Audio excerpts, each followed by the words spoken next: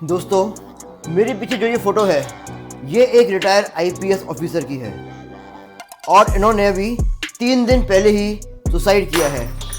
अब आप बोलोगे अब आखिर इनके साथ में ऐसा क्या हो गया कि इनको सुसाइड करना पड़ गया। एक्चुअली ये साइबर फ्रॉड का शिकार हो गए थे। एक आईपीएस ऑफिसर खुद एक साइबर फ्रॉड का शिकार हो गए थे। बताइए, यानी कि अभी कुछ टाइम पहले इनका रिटायरमेंट हुआ था। जितना भी पैसा इनको मिला था आफ्टर रिटायरमेंट, वो पूरा पैसा और दोस्तों से और रिश्तेदारों से लेकर के उन्होंने एक ही झटके में 8 करोड़ रुपए इन्होंने गंवा दिए साइबर फ्रॉड के चक्कर में। अब सवाल ये नहीं है कि इनका नाम क्या था या ये कहाँ के रहने वाले थे। सवाल ये है कि सरकार के इतने कड़े नियम होने के बावजूद साइबर क्राइम इतना स्पीड से कैसे बढ़ता जा रहा है। अभी सरकार ने, आपको पता ही होगा, कि अपनी गाइडलाइन चेंज की थी जिसमें बहुत ही कड़े प्रावधान इन साइबर अपराधियों के लिए बनाए थे। इसके बावजूद ये जो क्राइम है ये बहुत स्पीड से बढ़ता जा रहा है। भारत में हर 1 मिनट में लगभग 2 से 3 व्यक्ति साइबर फ्रॉड का शिकार होते हैं। मतलब ये समझिए कि जब तक ये वीडियो ख़त्म होगा तब तक कम से कम 10 लोग साइबर फ्रॉड की चपेट में आ चुके होंगे और अपना लाखों करोड़ रुपए अपने गंवा चुके होंगे। और सबसे ज़रूरी चीज़ तो ये कि ये जो फ्रॉड जिनके साथ में हो रहा है वो आप और मेरे जैसे लोग ही हैं जो ये सोचते हैं कि भैया हमारे साथ तो फ्रॉड होने का चांस ही नहीं है, हम कोई बेवकूफ़ थोड़ी है जो अपना ओटीपी शेयर करेंगे या कुछ ऐसा शेयर करेंगे। लेकिन उन्हीं के साथ में सबसे ज़्यादा फ्रॉड हो रहा है कि हाँ, ये जो स्कैमर है ये नए नए तरीके खोज रहे हैं। फ्रॉड करने के तरीके नए नए तरीके हैं, आप सोच भी नहीं सकते कि किस तरीके से ये फ्रॉड करने वाले हैं। तमाम सावधानियाँ रखने के बावजूद ये साइबर जो क्राइम है ये बहुत स्पीड से महिषासुर की तरह बढ़ता जा रहा है ये।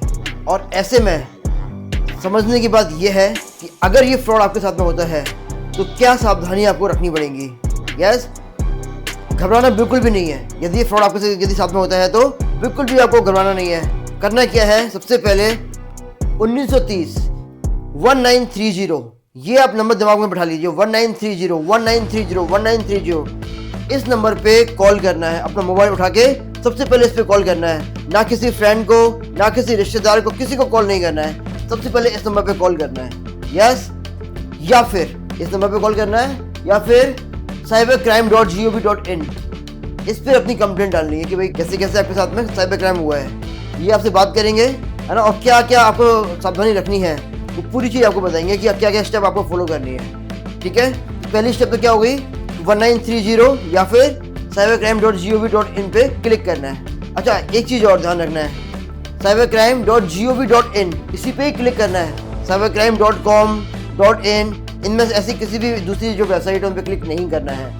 जो गवर्नमेंट की जो वेबसाइट है gov.in इसी पे ही क्लिक करना है। यस, पता चला कि जिस पे आप क्लिक कर रहे हैं वो खुद ही दूसरी जो वेबसाइट है वो खुद ही साइबर जो स्कैमर हैं उनकी तरफ बनाई हुई दूसरी वेबसाइट है। यस, तो cybercrime.gov.in पे क्लिक करना है या फिर 1930 पे क्लिक करना है। ये हुआ फर्स्ट स्टेप। सेकेंड स्टेप, आपको क्या करना है, अपनी बैंक में कॉल करना है। और बैंक में कॉल करने के बाद में अपने जितने भी एटीएम कार्ड है, जितने भी अकाउंट हैं, सबको आपको बंद करवा देना है। इसको इंस्टेंटली बंद करवा देना उनको बोल के फ़ोन पे। यस, तो उसके लिए आपको अपने रजिस्टर्ड मोबाइल नंबर से कॉल करना है उनको, ताकि वो फटाफट से आपकी रिक्वेस्ट पे वो सारा की सारा चीज़ बंद कर दें। तो आपका अकाउंट, यूपीआई, है ना, क्रेडिट कार्ड, डेबिट कार्ड सब आपने फ़ोन करके बंद करवा दिया है।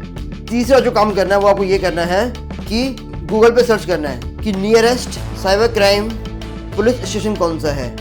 यस, क्या करना है, आपको गूगल पे सर्च करना है कि nearest cyber crime police station कौन सा है, वहाँ पे जाना है थर्ड स्टेप में। यस, वहाँ पे जा करके पूरी की पूरी आपकी जो बात जो हुआ है आपके साथ में उनको बताना है कि आपको कैसे कैसे आपके साथ में फ्रॉड हुआ, कैसे उनका फ़ोन आया, कैसे क्या हुआ, ये आपको बताना है उनको। और सबसे ज़रूरी चीज़, जो भी आप ट्रांजेक्शन कर रहे हैं उसकी सारी, जिससे जो भी आप उनसे बात कर रहे हैं, पुलिस से बात कर रहे हैं या उनकी जो कंप्लेंट लिखा रहे हैं, जो भी काम कर रहे हैं उसका रिकॉर्ड आपके पास में रखना है। उसका स्क्रीनशॉट या फिर उसका फ़ोटो सब कुछ खींच के अपने मोबाइल में आपको सेफ रखना है।